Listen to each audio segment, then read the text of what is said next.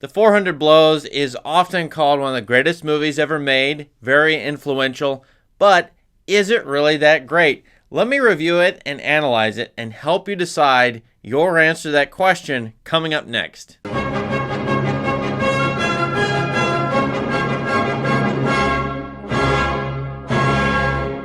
The 400 Blows is the first feature film by Francois Truffaut, the French film critic turned director in the case of this feature film, who is on the cusp of what, as film history calls it, the French New Wave, possibly the most influential movement in the art of film's young history so far. This movie is the story of young Antoine Doinel. I think he's about 13 years old, in Paris, with a stepfather and a mother, both of whom have a complicated relationship with him, and he goes to school on a regular basis and clearly does not like school, does not fit into school, a young boys' school, in which the teachers are pretty harsh, and he's in institutions basically throughout the entire movie. The movie is a struggle of a young boy, curious, interested in the arts, creative, interested in exploring the world, and yet he is oppressed in a number of ways by various institutions. The school is one, the prison system is another one, as you'll see later in the movie, and maybe also even just the family and living in this new urban mid-20th century environment of the big city. We see the young Doinel, be a boy. He's adventurous, and yet he's rascally, but because he's so rascally and he gets in trouble for, in my opinion, petty little things, and the punishments don't quite fit the crime, and his parents don't seem to love him as they ought to, he becomes more of a rascal, more of a troublemaker as the movie goes on. And throughout the movie, I think all viewers are supposed to root for this young boy. If you read the internet, of course, you'll see that this movie is semi-autobiographical. It mirrors quite a bit of Truffaut's own life, but it's also an existential tale about youth in the mid-20th century trying to deal with these huge, big systems, the urban system, the prison system, and so on, how they don't fit in. And this is a movie that, like a bunch of other 20th century movies, lauds the existential hero. In fact, this movie comes right out of, I think, French existentialism. It's hard for me not to think of, say, Albert Camus' The Stranger, given the two parts of this movie and what happens to the protagonist in the second half of it. When I watch this movie and I look at just the story, it reminds me of 1,000 other stories. What comes up for me instantly is Charles Dickens, the young boy hero, whether it's Great Expectations. That's what this movie sort of is, a Great Expectations kind of movie. Maybe a touch of Oliver Twist, but the boy within the giant urban environment, post-industrial revolution, and how does a boy get along in this little world? Well, this is a boy's life tale. So you see a lot of American influence, I think, Mark Twain, for example, and as I said, the French existentialists coming into this movie. And as well as a 21st century movie watcher, it's hard not to think of movies that came after this, particularly Stanley Kubrick's movies about disaffected young men, whether it be Clockwork Orange or Barry Lyndon or Full Metal Jacket. I mean, all of these movies that I think influenced him. 400 Blows probably is one of them. Now, as I said, this is a boy's adventure tale, but it has a couple different elements to it. One is the outdoor world of the city, where you get a lot of moving handheld camera.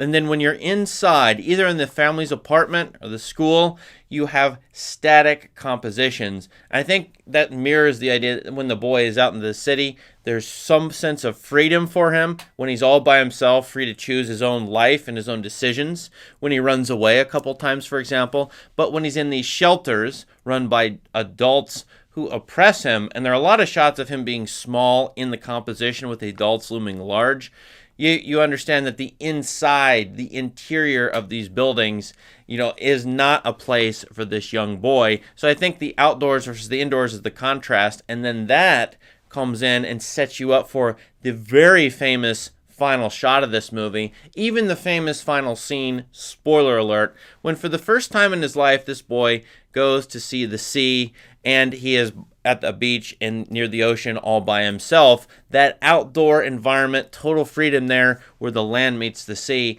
is the key scene in this movie the idea of freedom, and yet the boy is captured and caught in that final shot in a static final shot. So there's this idea of staticism, or being static, and dynamism, moving around throughout the movie. That comes up in the first shot, where you're moving around Paris. You've got a point of view shot, and you see the Eiffel Tower static in the horizon. As well, you see the boy move around in the famous, final scene. He's moving, the camera's moving with you, and yet he's static. So you have these questions of, what is this boy going to become? Is he going to be allowed to move around and wander around and be dynamic? Or will these systems keep him static, such as the prison, which holds him up, puts him in jail, and you see shots of him with the bars over him. These two things are clashing for this young boy's world, and the classic problem of adolescence, youthful rebellion. And of course, this is going to come up historically in the mid-20th century, when youth and teenagers are going to have a lot of discretionary income. They're going to want freedom. And then you get these countercultural revolutions, partly or in part led by youth movements in the mid-20th century. This is 1959, so here comes the 60s, and I think this movie sort of foretells the 60s. You can only imagine Doinel becoming a 23-year-old circa 1970. He's going to be sort of a French revolutionary caught up in the movements of 1968, for example. If here in America, he might become a hippie or a flower child or something like that, perhaps. I said this movie is on the side of Doinel. I think this is a wronged man movie, even. Like Hitchcock's The Wrong Man. Even though Doinel is guilty of a couple of petty crimes, he is oppressed entirely by what goes on here. Now, there are moments where his mother and his stepfather seem to love him or enjoy him, but by the end of the movie, as this movie keeps going, that is not going to stay still, static, as it were. The relationships are going to change. The parents put him away later, much later in the movie. And so then you get this wronged man whom you root for. I think the entire movie, the movie transitions into a sort of prison break or prison escape movie, reminding me of Robert Bresson's A Man Escaped, for example. The idea that the existential movie hero needs the freedom to move around, and yet these systems, like the prison system, keep him locked up. And this is a movie of adolescence. I see in this movie 1,000 doorways. The 400 Blows is a movie of 1,000 doorways. Now, that's an exaggeration, but there must be 50, maybe even 100 doorways that this kid passes through, or sort of archways, in which the archways or doorways are a symbol sometimes of progression, ascension even. If you think about going up a mountain and going through gateways or doorways, that's ascending to the heavens or ascending religiously or spiritually. But so many doorways in this movie lead to absolutely nowhere. And this protagonist seems to pass from gate to gate to gate, not progressing, not getting the freedom that he wants, but becoming more and more incarcerated. Now that once again sets us up for the famous ending, in which he passes through two gateways or doorways. One of them is when he escapes from the facility, spoiler alert, and goes under the fence. But then the last one is before he goes to the beach at the final scene, he goes through or passes under an archway, under a bridge actually. And it's a beautiful shot, but that's him passing into a new realm or plane of existence. And so oftentimes filmmakers throughout movie history are using doorways or gateways to do this.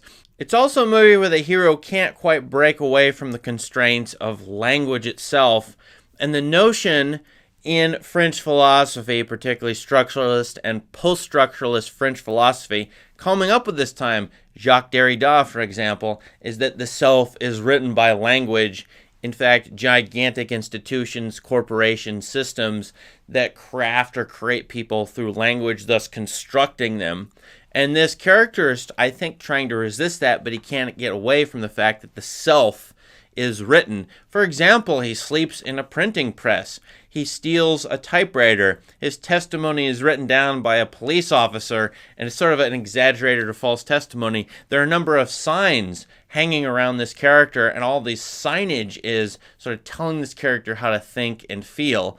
And I see this escape at the end as the escape from language and going into the final shot, which may be a shot that just captures the kid just as the prison system captures him, but it's a photograph instead of being, say, a written statement, a biography, and so on. You even get, before the final scene, this character giving an audio-visual testimony on camera, which may be the self being written by the boy, but it's also the difference between perhaps film and then writing itself. One of the questions coming up for Truffaut is, what is the difference between writing and video? And you see this protagonist want to write like the great French realists, for example, and imitate them, but by the end he's even escaping that sort of civilized world by going to the beach. And so I wonder about that final shot being more a shot about freedom and analysis for you, the viewer, to see him as a heroic figure breaking away from these things that are oppressing him in the movie, rather than capturing him like the prison system does. The question of whether this movie will touch you emotionally is one I can't answer for you, but I can tell you, analyzing it, observing it, thinking about what these things mean, how they connect to history, how this movie connects to other stories. This movie, even if you hated it, even if emotionally you didn't connect with it, you'd have to respect it. So that's why I think this is a great movie, and I don't think this one will die away anytime soon. I think people will still be watching this and studying this. My question is, what do you think of this video? What do you think of this movie? I'm really curious to hear what you guys have to say, so let me know in the comments, and let's learn a little bit from each other down there. Please subscribe to this channel for more great movie content. Thank you, and have a great day.